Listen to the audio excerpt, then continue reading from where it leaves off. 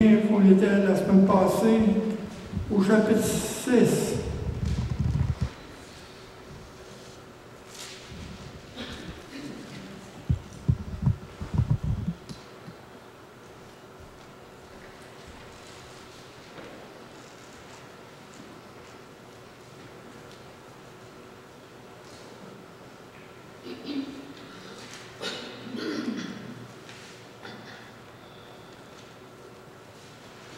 Éphésiens chapitre 6.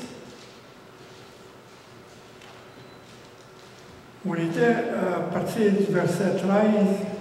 C'est pourquoi prenez toutes les armes de Dieu afin de pouvoir résister dans les mauvais jours et tenir ferme après avoir tout surmonté. Tenez donc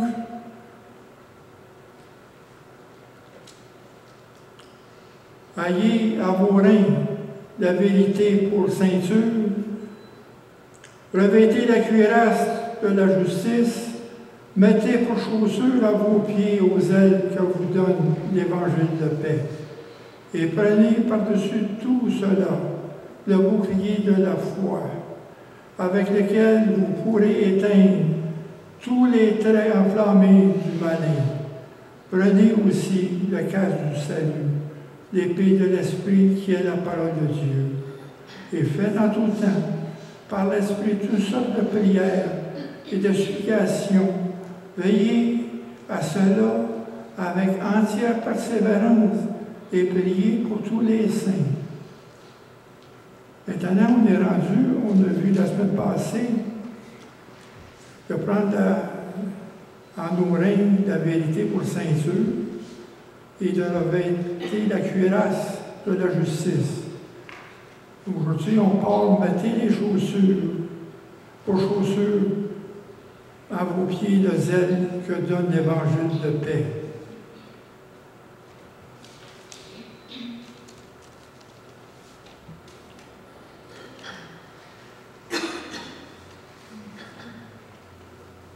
Dans Matthieu, chapitre 5, verset 7, dans les béatitudes, heureux ceux qui procurent la paix, quand ils seront appelés fils de Dieu.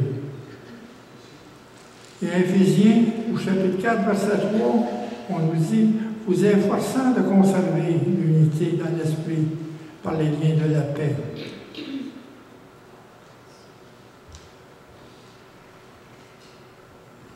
Notre position est avec Dieu, par Christ. Nous avons la paix, une position dans la paix avec Dieu, et c'est plus qu'un sentiment de bien-être, mais c'est une source de force pour le combat de garder la paix.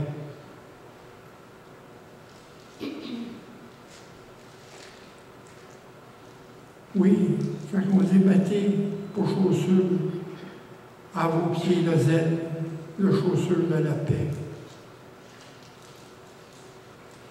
Ceux qui procurent la paix sont ceux qui sont réconciliés avec Dieu. Ils ont la paix avec Dieu par le moyen de la croix. Les chaussures font partie de l'équipement pour avancer contre et refouler le travail de l'enfer. Au départ, notre position de paix en Dieu, c'est une sécurité. Parce que notre foi est en Dieu.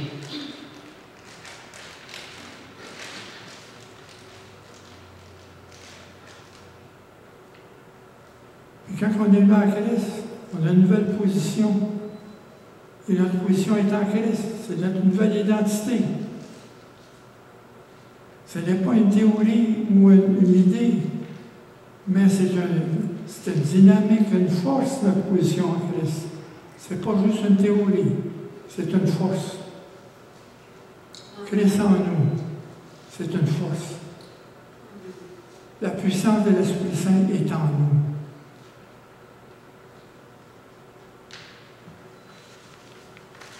Vous vous rappelez, c'est la base dans la guerre spirituelle. La puissance de Christ en nous.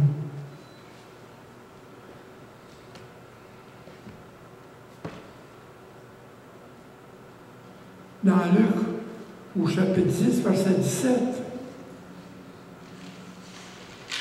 les 70 se levaient avec joie, disant, « Seigneur, les démons même nous ont soumis en ton nom. Même les démons nous sont soumis en ton nom. » Et voici, je vous ai donné le pouvoir de marcher sur les serpents et le scorpion et sur toute la puissance de l'ennemi. Rien ne pourra vous nuire. Rien ne pourra vous nuire. Nous marchons avec la foi contre les œuvres sataniques et contre les forteresses. Avec la foi en la puissance du Christ en nous. Ce n'est pas quelque chose d'éphémère. Nous avons une nouvelle identité. Nous avons été baptisés dans l'Esprit, remplis de l'Esprit Saint. Priez pour avoir la puissance, la manifestation de l'Esprit Saint. C'est par l'Esprit Saint que vient la puissance en chacun de nous. Les serpents et le scorpion sont des termes qui représentent des forces particulièrement dangereuses du mal. Les chrétiens ont reçu le pouvoir de vaincre les esprits mauvais. Retenez, les chrétiens ont reçu le pouvoir de vaincre les esprits mauvais parce que Christ leur a donné l'autorité sur Satan. C'est important de retenir ça. Parce que là, moi, le petit messager, là, avant, cette ampleur-là, c'est l'Esprit qui parle. C'est par la parole qui parle.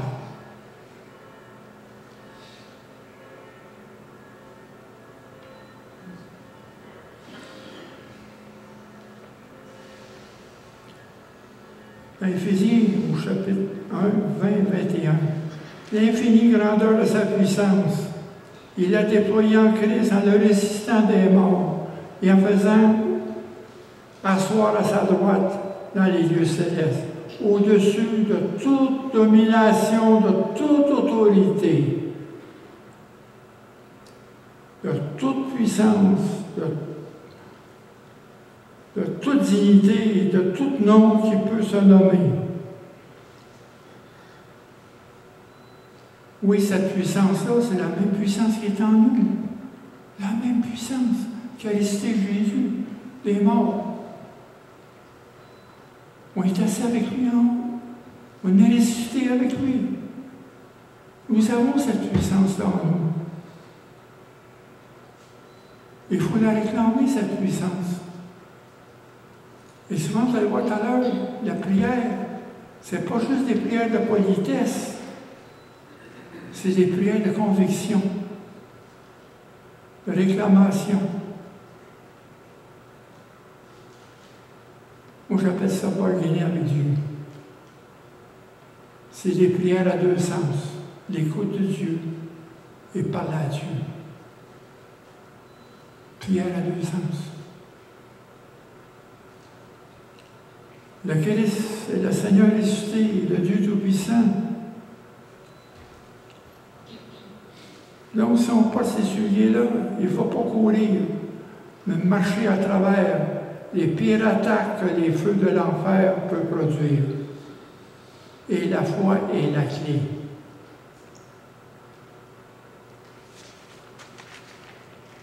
C'est pour ça qu'on reprend le bouclier de la foi et le casque du salut.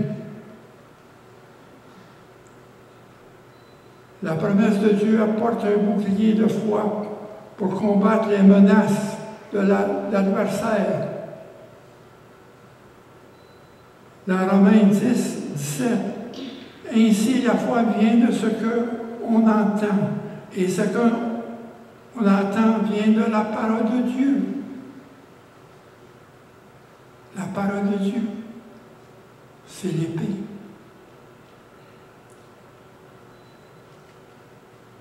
Si nous marchons pas dans la parole de Dieu, si on ne s'investit pas dans la parole de Dieu, nous ne pouvons pas avoir de victoire dans cette guerre.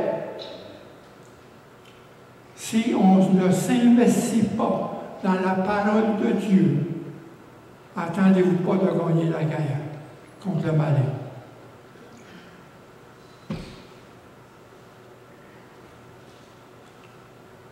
Il faut absorber la parole de Dieu chaque jour pour que l'Esprit Saint nous arme à travers, nous donne les armes nécessaires pour la puissance de résister contre les conspirations des ténèbres. L'Esprit Saint nous arme dans la prière. La parole de Dieu est une puissance pour celui qui croit. Pour celui qui croit. Parce que la prière, il faut prier avec foi, avec un cœur pur et avec persévérance.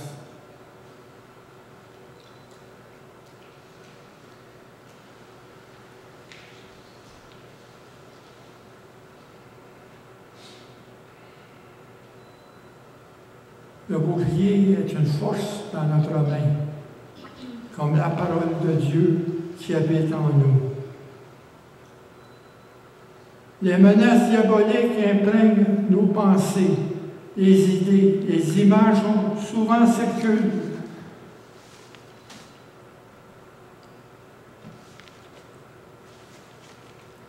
Elles-mêmes dans nos pensées. Quelquefois, sans être bienvenues. Elles sont spontanées, apparemment sans contrôle. Elles provoquent la peur, la convoitise, la fierté et le doute qui nous amènent au désespoir et à la défaite.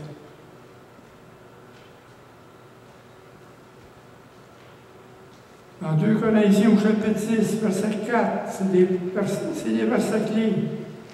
Chapitre 10, versets 4 et 5. Car les armes avec lesquelles nous combattons ne sont pas charnelles, mais elles sont puissantes par la vertu de Dieu pour renverser des forteresses. Et nous renversons le raisonnement et tout hauteur qui s'élève contre la connaissance de Dieu. Et nous emmenons toute pensée captive à l'obéissance de Christ. Toute pensée à l'obéissance de Christ. C'est la clé. Parce qu'en Romains 12, il ne va pas se conformer au siècle présent, mais il faut le renouvellement de la pensée, la transformation.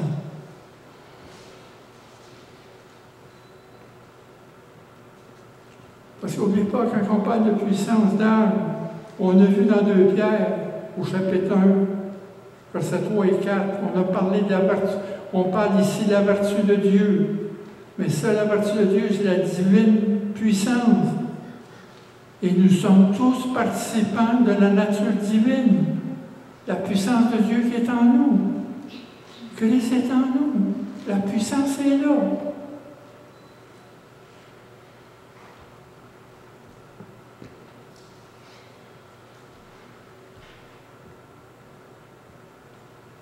Le casque du salut est l'armure. C'est une force blindée qui nous est donnée pour nous assister contre les attaques. Mets ta casse, tu salues. C'est une protection. Mais comment mettre ta casse? Que ça fait là? Il faut savoir utiliser les armes de Dieu. Il faut savoir. C'est pas juste des mots, là. C'est pas juste une image. C'est réellement la casse. Le danger. Il faut comprendre que le danger est de retourner dans notre passé. La vie d'avant et être tiraillé par un barrage fatigant de la mémoire, l'imagination du passé nous trouble. Il ramène ça sur le tapis. Mais Dieu est fidèle. Quand il n'a pas donné nos péchés, il retient rien. Pourquoi il s'en vient encore nous dire « Pourquoi tu as fait ça? Regarde la troupe que tu as faite il y a quelques années. » Il vous remet ça encore. Il essaie de vous troubler.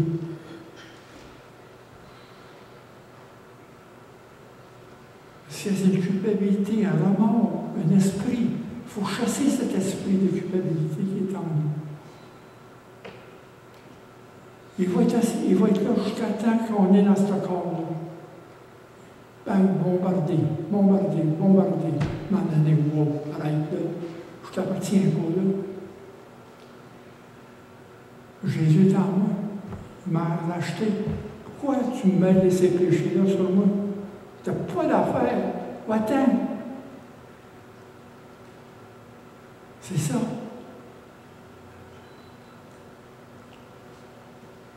Il faut réaliser que le combat n'est pas avec nous-mêmes. On se tiraille avec toutes ces pensées-là. Mais le combat n'est pas avec nous-mêmes.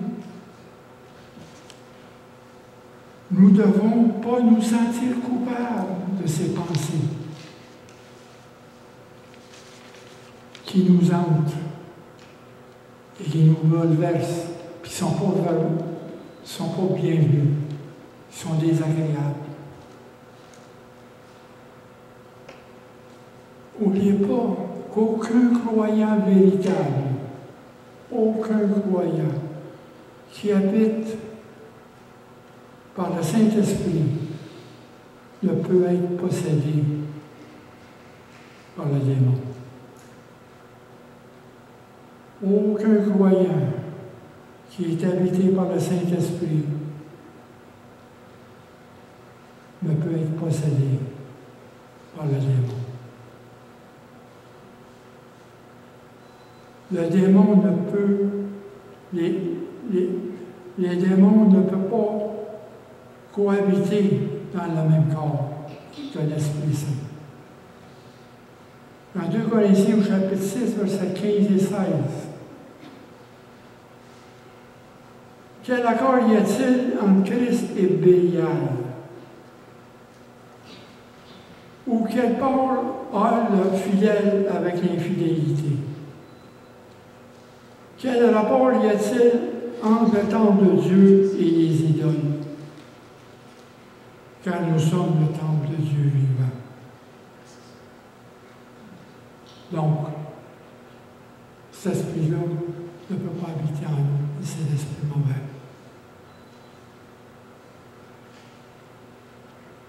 Toutefois, les démons peuvent influencer les pensées, les émotions, les actes des chrétiens qui ne se laissent pas guider par l'Esprit Saint. C'est notre protecteur, l'Esprit Saint. C'est notre casse. Il protège. Ça, là, enlève cette casse-là, on est vulnérable et fragile. Ne donne pas grand-chose de nous autres avec une casse enlevée. Il faut remettre la casse. Absorber la parole de Dieu et se laisser guider par l'Esprit Saint.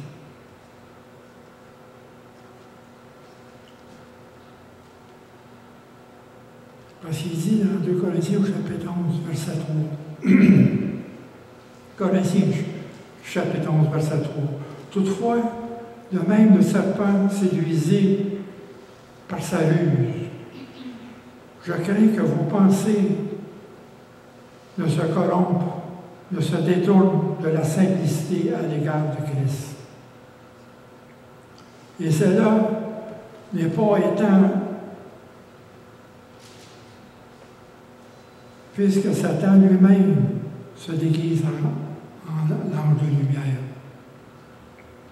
Il faut démasquer les vrais ennemis, les démons, les mauvais esprits qui tourmentent notre pensée, qui accusent et qui nous ment à propos du passé et du présent.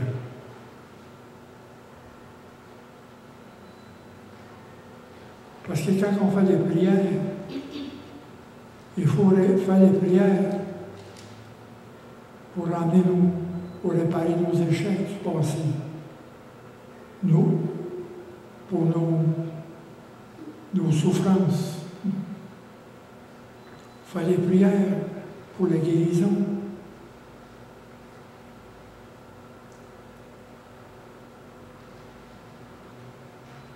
Et la clé pour mettre le cœur du salut, c'est prendre la puissance du sang de la croix qui a acheté notre salut.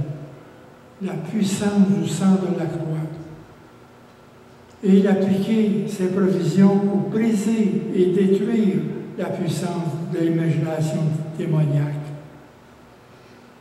qui est cinglante pour notre pensée. Oui, il faut dire à Satan et à ses démons, nous avons été réachetés par son sang, par le sang de Jésus.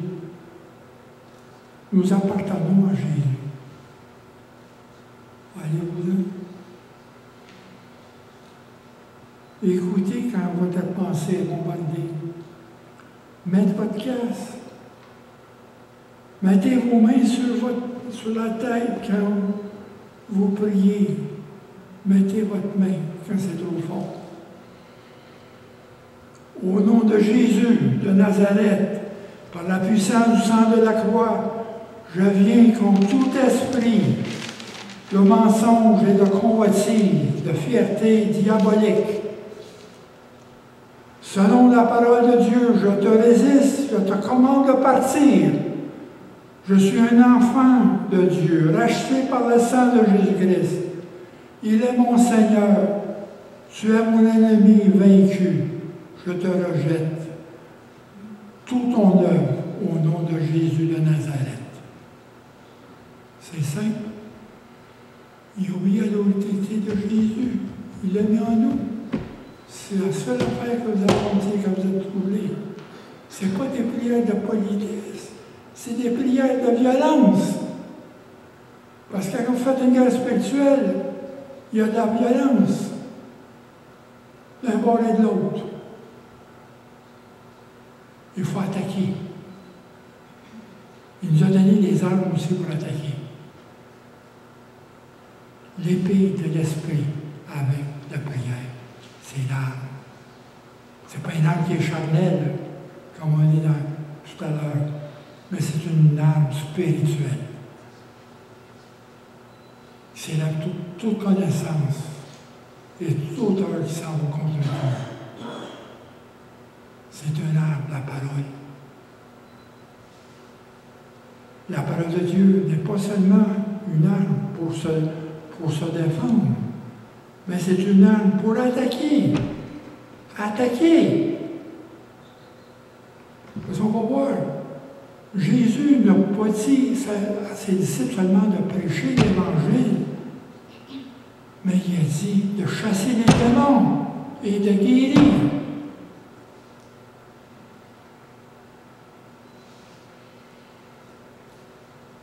De chasser.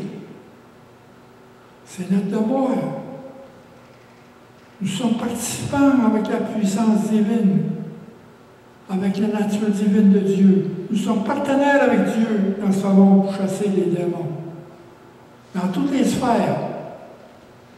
Que ce soit au niveau de l'individu, que ce soit au niveau de l'occultisme, que ce soit au niveau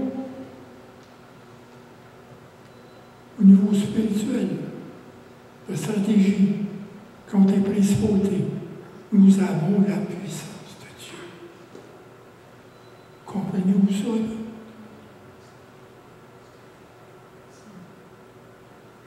Faire face aux principautés, ça c'est encore plus dur.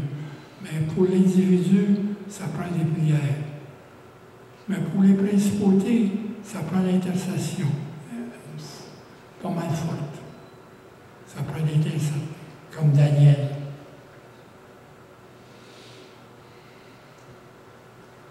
Vous voyez, principautés. Par exemple, comme le vaudou en Haïti. Donc j'ai fait face. C'est une principauté. Il faut que Dieu t'emmène là. Tu ne peux pas aller là pour toi-même. Tu ne peux pas aller là sans outils. Quand Dieu t'envoie là contre les principautés, c'est parce que tu es outillé par Dieu, par la puissance de Dieu. On n'est pas juste là pour prêcher l'Évangile. Mais on est là pour combattre, chasser les démons, pour délivrer les captifs qui sont encore pris par les démons, par les forteresses. On n'est pas là pour nous-mêmes, on est là pour les autres. Comprenez? On est là pour les autres. Ça, c'est un message que Dieu vous donne à chacun de vous aujourd'hui. Parce que depuis quelques semaines, on a appris à comprendre qu'est-ce que les attaques, à connaître comment le diable attaque. À ce moment-là, tu sais comment prier. Cibler tes prières. Oui, pas fini. Il va nous attaquer. Le jour que vous êtes venus à Christ, c'est là que ça commençait. Jusqu'au bout du chemin. De plus en plus, il va mettre du poids sur vous. Il va essayer de couper votre progression dans votre marche, de vous décourager. Oui, mais une fois que j'ai dit ça, il peut avoir ma peau, mais pas mon âme. Les démons peuvent avoir ma peau, ils peuvent avoir votre peau, mais pas votre âme. Parce que votre âme appartient à Dieu.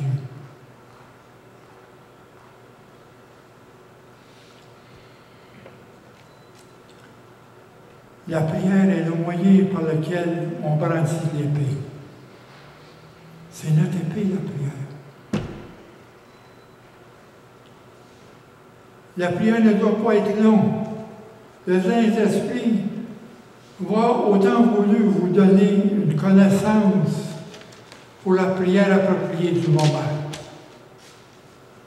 Le Saint-Esprit va vous donner une prière pour le moment.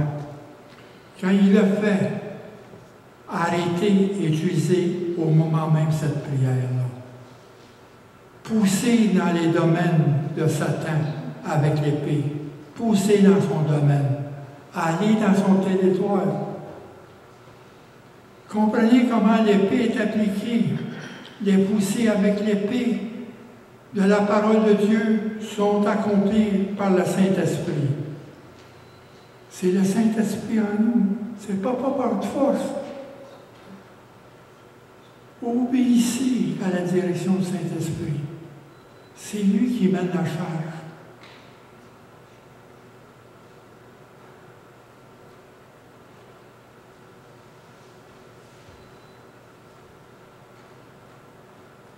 Qui porte, parce que le Saint-Esprit porte en nous les promesses et les principes de la parole de Dieu qui s'appliquent à notre présent combat.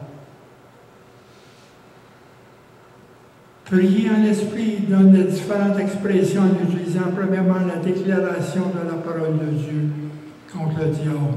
Jésus, qu'est-ce qu'il a fait dans le désert? Il est écrit. dans Matthieu 4, il est écrit. Et à la fin, il dit, tu ne peux pas tenter ton Dieu. La combinaison de la parole, joint à l'invitation de la prière du moment, est un recours invincible. Invincible. La combinaison de la parole de Dieu, vous affrontez l'ennemi avec la parole de Dieu, et la prière du moment est un recours invincible. La prière fait partie du conflit.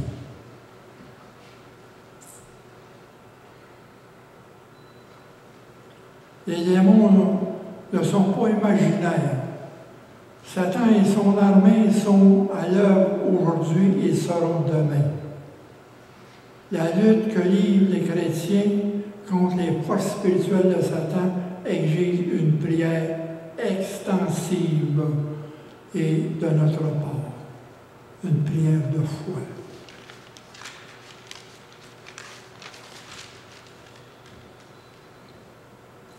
Priez avec foi, priez avec un cœur pur et priez avec puissance. Parce que vous attaquez l'ennemi. Ce n'est pas une prière de politesse, c'est une prière avec puissance et avec persistance.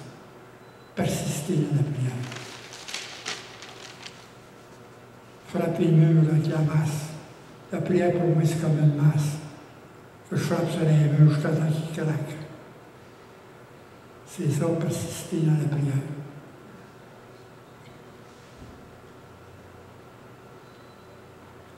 Dans Matthieu,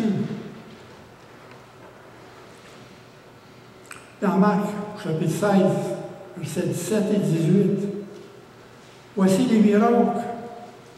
C'est ce que Jésus a dit avant de monter au ciel. Voici les miracles qui accompagneront ceux qui auront cru en mon nom. Ils chasseront les démons. Ceux qui auront cru en mon nom. Ils chasseront les démons. Ils parleront de nouvelles langues. Ils saisiront des serpents. S'ils boivent quelque breuvage mortel, ils ne leur feront point mal. Il imposera les mains aux malades et les malades seront guéris.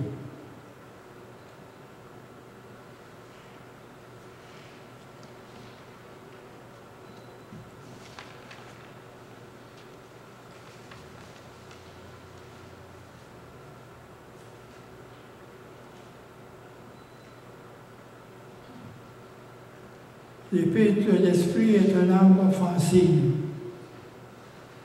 du croyant dans sa lutte contre le mal. C'est ça qu'il faut qu'apprendre. Nous avons à apprendre à utiliser cette arme, la prière. Seigneur, montre-nous comment prier. Montre-nous.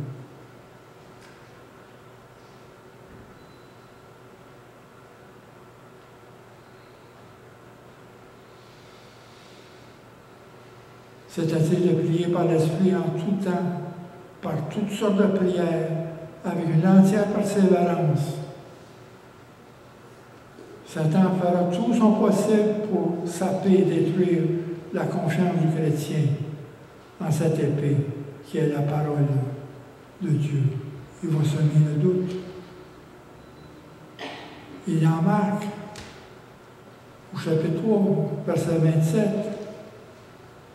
Personne ne peut entrer dans une maison d'un homme fort et piller ses biens sans avoir lié cet homme fort, alors il pillera sa maison.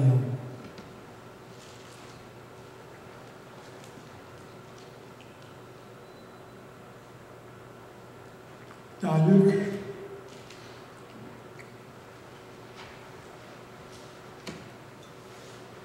dans Luc 11, on parle de ça encore de cet homme fort. Verset 19. Et moi, je chasse les démons par Bézébul. Vos fils, par qui les chassent-ils? C'est pourquoi ils seront eux-mêmes vos juges. Mais si c'est par le droit de Dieu que je chasse les démons, le royaume de Dieu est donc venu vers vous. On parle du droit de Dieu, c'est l'Esprit Saint en nous, la puissance de l'Esprit Saint. Lorsqu'un homme fort et bien armé garde sa maison, ce qu'il possède est en sûreté. Ça veut dire ceux qui ne sont pas délivrés encore. Ceux qui ne sont pas sauvés, qui sont sous le règne de Satan. Mais si un plus fort que lui survient et le donne, on lui enlève toutes les armes par lesquelles ils sont conduits. Il distribue ses dépouilles. Ça veut dire que, premièrement, dans tout ça, on déclare la guerre à Satan. Simplement. Selon les intentions de Dieu. Puis il faut pénétrer dans sa maison, dans son domaine. L'attaquer et le vaincre par la prière. C'est là qu'on peut le lier. En Matthieu 16, quand Jésus a dit, sur cette pierre, je bâtirai mon église et les portes de l'enfer ne prévaudront pas contre elle. Et je vous donnerai les clés du royaume. Et vous lierez ce que vous devez lier. Ce que sera lié sur la terre sera lié en haut. Autrement dit, ces clés-là, c'est ouvrir les portes de l'enfer pour délivrer ceux qui sont pris dedans.